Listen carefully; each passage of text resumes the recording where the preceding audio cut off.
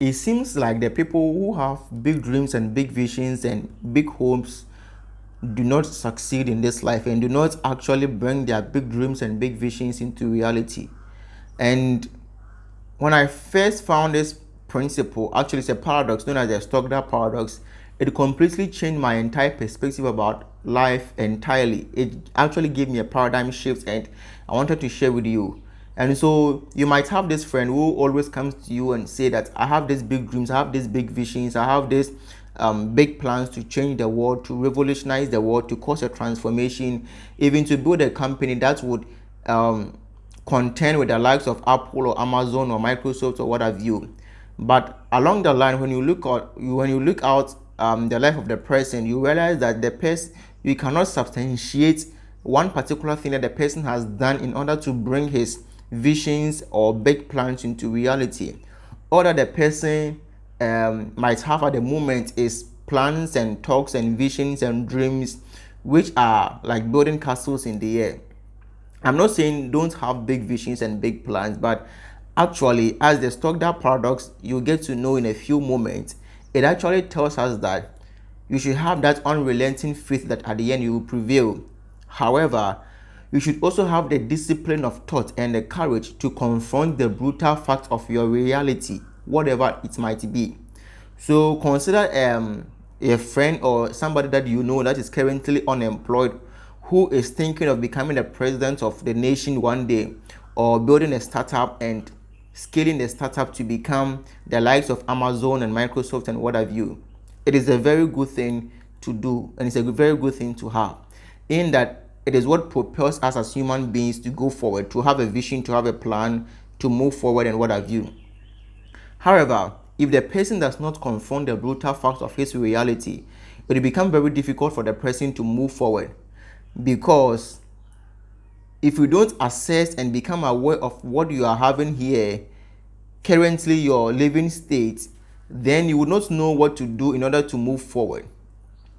So this Stockdale paradox, I know most of us will want to succeed, and it is very much important that you understand, because when you do understand, it will give you the ammunition to succeed in life. Trust me, it will give you a change of perspective, and all life is about perspective. And the moment your perspective begins to change and you begins to understand the lives and the principles of life, believe me, you get to where you want to get. So the Stockdale paradox actually comes from the name of an admiral known as Jim Stockdale.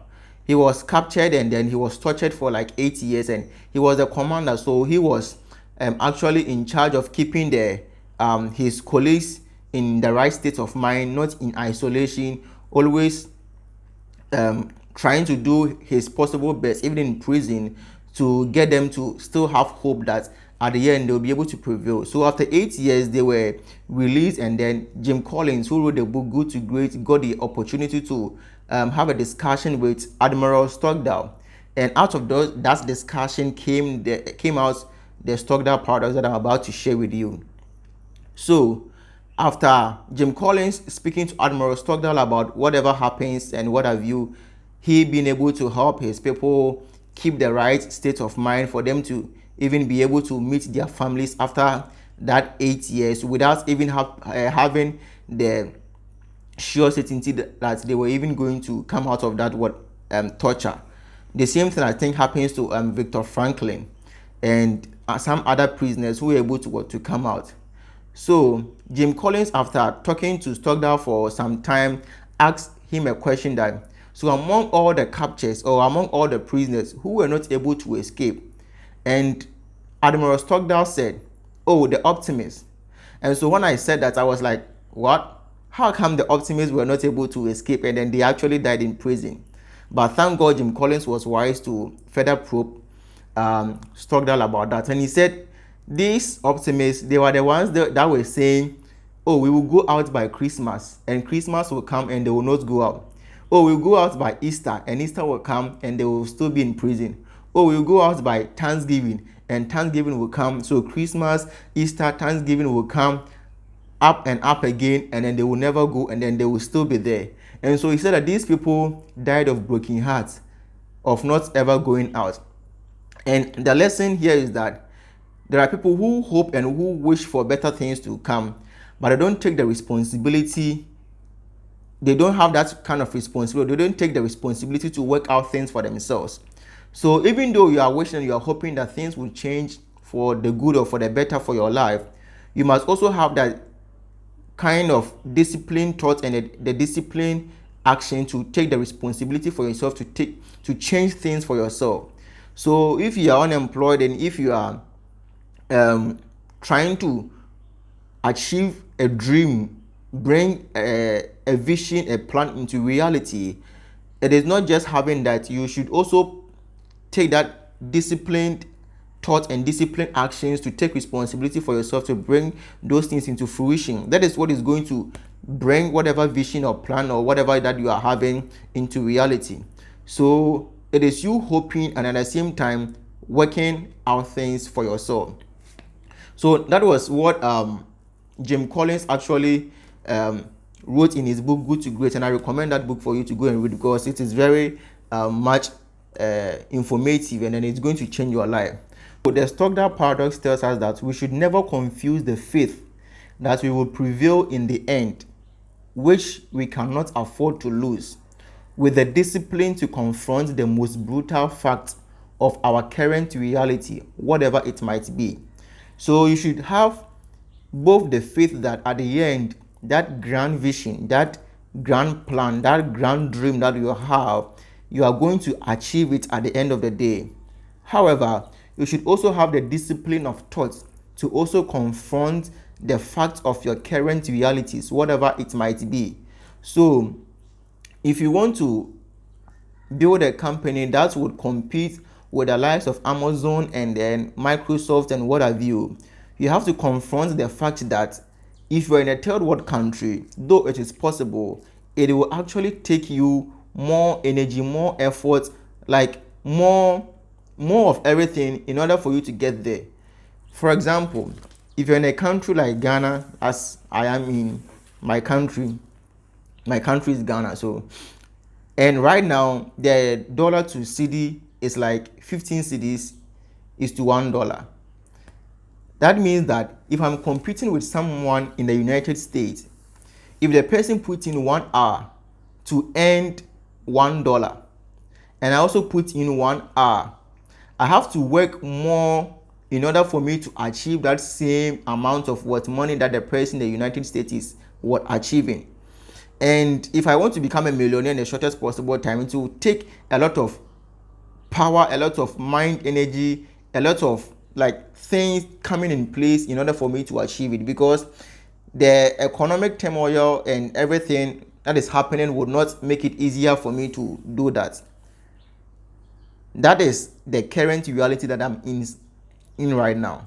So if I'm able to confront it, then I would be able to know what I should do and what I should not do in order for me to achieve that grand vision or that grand plan that I have. So that is the crux of what the Stockdale paradox. We should have the faith that we would prevail in the end, and which we should not lose. However, we should also have the discipline of thought to confront our current realities, whatever it might be. And life is unfair. It happens sometimes to advantage, sometimes to our disadvantage, whatever it might be. It might be diseases, death of a loved one, bankruptcy, whatever. We cannot actually blame anyone for that.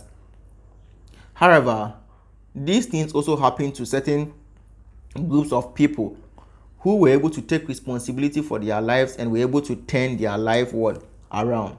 So if you look at the lives of great men, what separates people, according to Admiral Stockdale, is not the presence or the absence of difficulty, but how we deal with the inevitable difficulties of life. So in wrestling with life challenges, the Stockdale paradox, which states that you must retain faith that you will prevail in the end, and you must also confront the brutal facts of your current realities, prove powerful for coming back from difficulties, not to be weakened, but to be strengthened by it. And that is what actually separates those who become great in life and those who don't become great. He was using it in the terms of companies, that companies who move from good to great are some of the companies who are able to institute the Stockdale paradox in their philosophies and values and what have you. But we can actually transpose that in our individual lives, that we should have the faith that we will prevail in the end, achieve our results, achieve our aim, our dreams, our visions, our plans, to become or to achieve whatever we want to achieve. But we should also have the discipline of thought and the courage to confront our current reality. That is what separates great men from the non-great, because we all face difficulties. Everybody does. Everybody does. But what will separate you from the other person is your ability to confront the current realities and actually do something about it. So that is what I wanted to share with you today. Thank you.